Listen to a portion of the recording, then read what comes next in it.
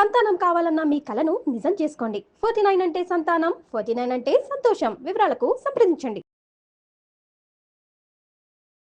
నమస్తే రమగారు. నమస్తే జయ. రమగారు, మనము పూరి జగన్నాథ స్వామి ఆలయంలో రత్న భాండాగారాన్ని తీసి దాంట్లో ఉన్నటువంటి పెట్టెలన్నీ బయటకు తీసి లెక్కలు జరుగుతూ ఉన్నాయి. నాకు అనిపించింది, అంటే ఇట్లా పురాతన ఆలయాల్లో ఏదో కొంత నిధి నిక్షేపాలు ఉంటున్నట్టుగా రత్న భాండాగారం కావచ్చు, మనం కేరళ తిరువనంతపురం పద్మనాభ స్వామి ఆలయంలో కానీ ఇట్లా కొన్ని ఆలయాల్లో మనం చూస్తూ ఉంటాం కదండి. ఎవరు పెడతారు, ఎందుకు పెడతారంటారు రమ్మగారు? ఆ కాలంలో ఉన్న రాజులు అట్లా దాచుకోవడానికి పెట్టుకుంటారా? పూరి గాని, తిరువనంతపురం గాని, తిరుమల గాని నిన్న మొన్న ఏర్పరిచినవి కాదు కదా. రాజుల కాలంలో ఏర్పడిన దేవాలయాలు, అప్పుడు వాళ్ళు నిర్మించినవి. దేవాలయము అంటే ఇప్పుడు రాజు రక్షకుడైతే దేవాలయము రాజు యొక్క రక్షణ. రాజు రక్షింపబడడానికి కావాల్సిందే దేవాలయం. ధర్మాన్ని పట్టుకుంటేనే కదా జయ అది మనని రక్షించేది. అంతే కదా. ధర్మాన్ని పట్టుకోవడంలో ప్రధానమైన విధి ఏంటంటే దేవాలయ నిర్మాణం.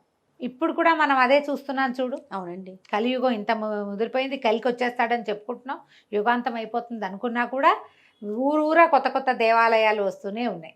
ఇప్పుడు దేవాలయాల చాటున సంపాదించుకునే వాళ్ళు కొంతమంది ఉన్నప్పటికీ ధర్మం కోసం దేవాలయ నిర్మాణం చేయాలని ముందుకొచ్చే భక్తుల శాతం ఎక్కువే ఉంది ఇప్పటికి కూడా. అవునవును.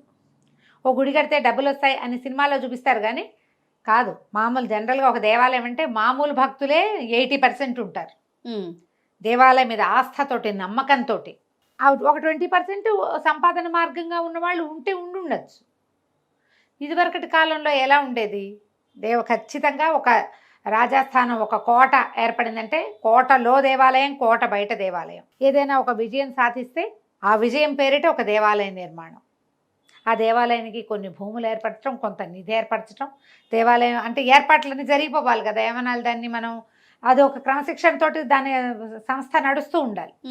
ఇప్పుడు దేవాలయాన్ని ఆశ్రయించుకుని ఉండేవాళ్ళు పూజారులు కావచ్చు, వీళ్ళు ఉంటారు అర్చక స్వాములు, మరి ఇంత సేవ చేసేవాళ్ళు. దేవాలయం ఓడవటం దగ్గర అన్ని పనులే కదా. శుభ్రంగా ఉంచడం, పరిసరాలు శుభ్రంగా ఉంచడం, ఈ అడ్మినిస్ట్రేషన్ నడవాలా, దానికోసాన్ని ఒక నిధిని ఏర్పరచడం అనేది పాతకాలంలో రాజుల కాలం నాటి పద్ధతి. మనం ఇప్పుడు అదే చేస్తున్నాం, ట్రస్ట్లు ఏర్పాటు చేస్తాం. ఆ నిధులు ఇప్పుడు భారీ మొత్తంలో ఏర్పాటు చేసేవాళ్ళు. అప్పట్లో ఏం చేసేవాళ్ళు అంటే ఇంకా కూడా ఉన్నాయి జయ. ఒట్టిగా దేవాలయానికి నిధే కాకుండా ఇంట్లో ఒక శుభకార్యం, రాజుగారి ఇంట్లో ఒక శుభకార్యం వస్తే స్వామిని సేవించుకుని పెళ్లికి వెళ్లే ముందే భారీగా ఆయనకి బోల్డని కానుకలు సమర్పించి ఇంత అద్భుతమైనది ఇది సాధించాము, వివాహం చేస్తున్నాం అని నిధులు సమర్పించేవాళ్ళు స్వామికి. ఆభరణాలు ఉండేవి అందులో ఎక్కువగా. అవునవును. ఏ దేవేరినో దేవరనో అక్కడ విలయింపజేశారో వారికి వలసిన అనేక ఆభరణాలు అలంకరణకి. తర్వాత ఏమో కైంకర్యానికి వాడేటువంటి వస్తువులు, వెండి గిన్నెలు, పాత్రలు, గంటలు, శఠగోపాలు, పళ్ళాలు, అభిషేక సామాగ్రి, శంఖాలు, చామరాలు, ఛత్రాలు, ఎన్ని కావాలి అక్కడి నుంచి వాహనాలు, ఇవన్నీ సమర్పించేవాళ్ళు. అదంతా సంపదగా రూపాంతరం చెందుతుంది సహజంగా. అవును.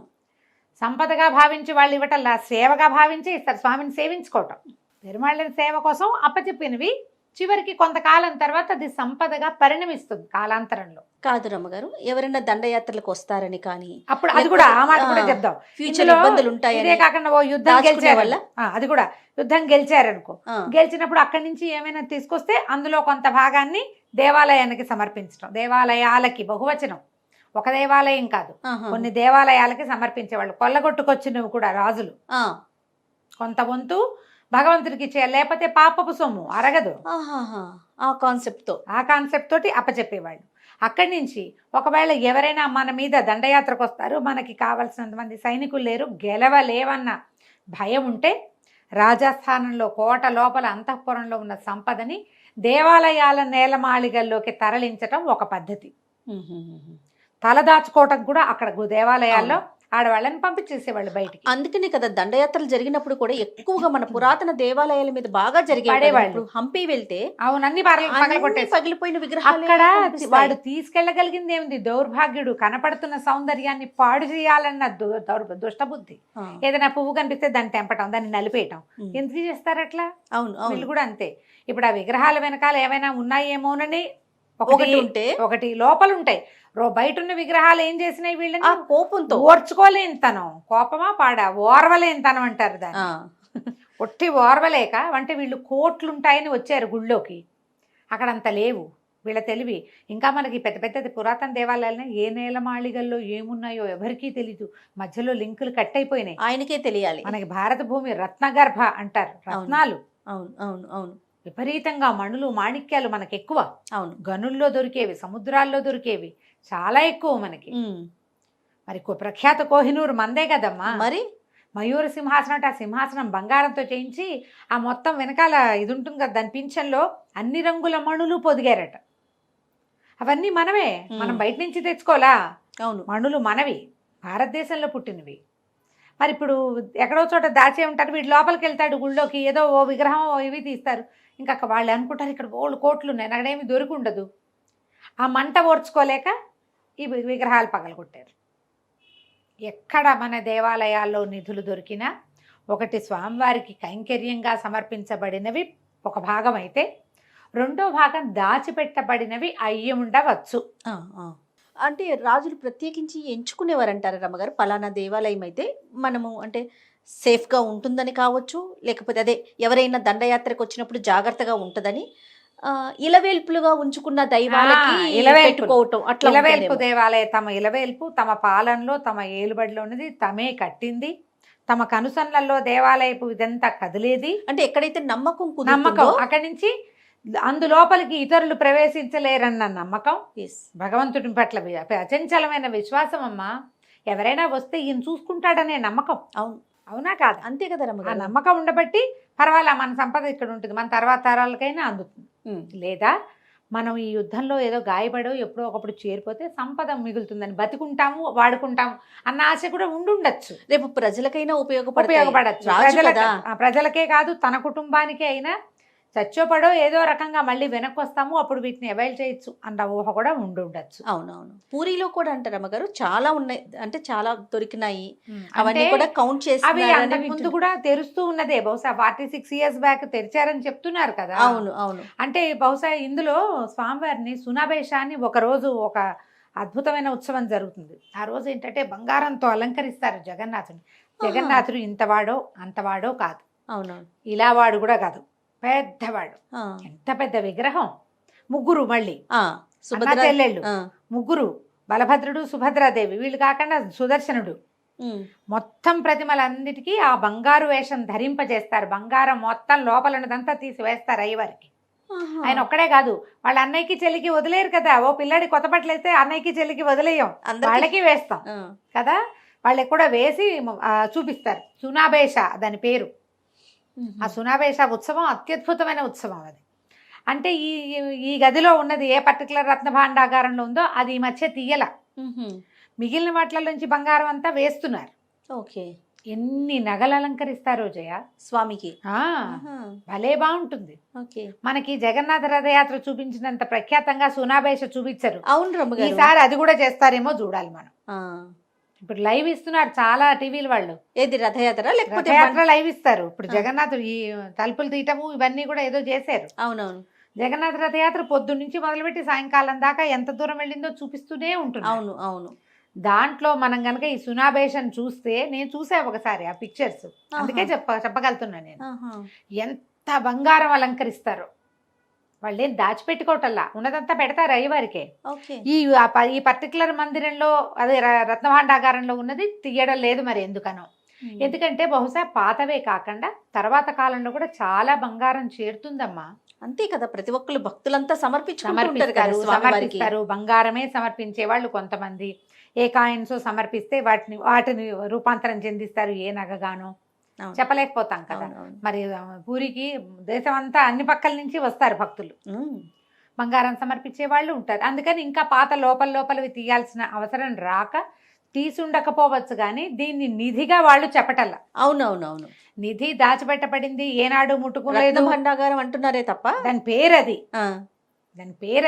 ఆ గది పేరు తప్ప అది నిధిగా దాచబడింది, ఏనాడు ముట్టుకుంది. ఇప్పుడు మన తిరువనంతపురంలో అసలు ముట్టుకొని నాగబంధం ఉన్న గది లాంటిది ఏమి కాదు. అవునవును అవును. అది అయ్యి ఉండకపోవచ్చు.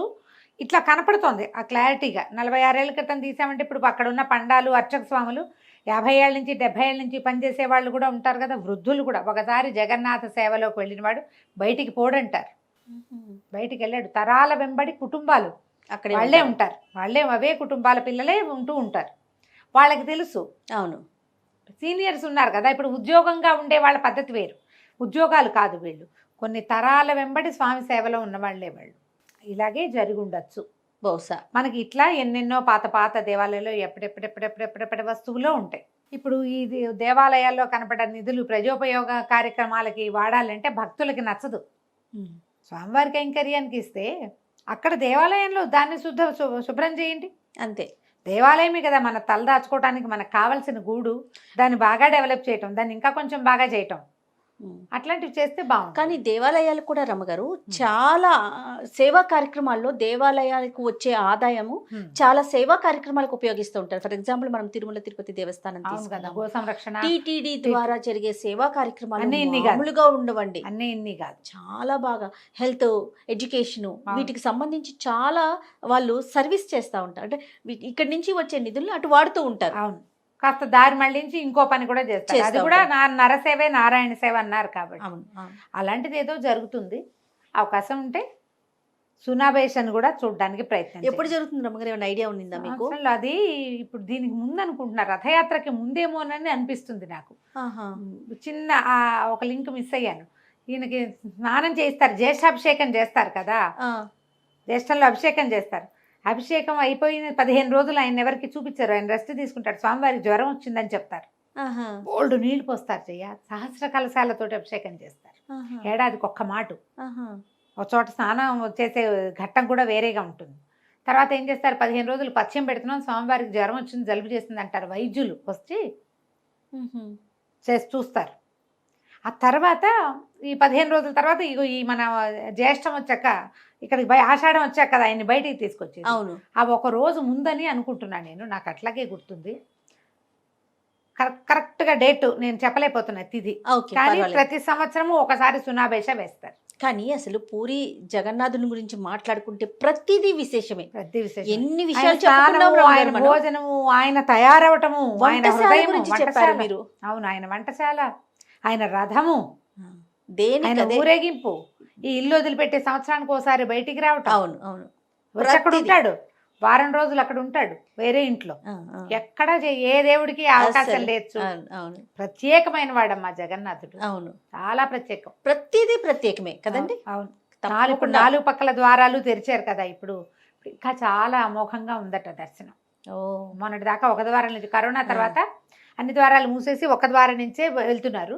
ఇప్పుడు 4 పక్కల ద్వారాలు తెరిచారు. అన్ని పక్కల నుంచి దేవాలయంలోకి వెళ్ళచ్చు. లోపలికి వెళ్ళటమే ఒక అత్యద్భుతమైన అనుభూతి. సముద్రం పక్కనే ఉంది కదా. అవును, మీరు దేవాలయం లోపలికి అంటు పెడితే అడుగు పెట్టామా ఇంకా సముద్ర ఘోష వినపడనిపించదు. ఎంత బాగా కట్టారు, ఏమిటో ఆర్కిటెక్చర్, అది అన్ని ప్రత్యేకతలే. అవునండి. ఈ రత్న భాండాగారం కూడా మరి ప్రజలకి చూపించి ఇవి ఉన్నాయి, ఇంత ఉంది అని చెప్తే అదేదో మనకు ఒక ఆత్మానందం, సంతోషంగా ఉంటుంది. రైట్ రామ్ గారు, ఏదన్నా ఆ భగవంతుడు అవకాశం కల్పిస్తే ఒకసారి మనం అందరం కూడా దర్శనం చేసుకోవచ్చు. నమస్తే. నమస్తే.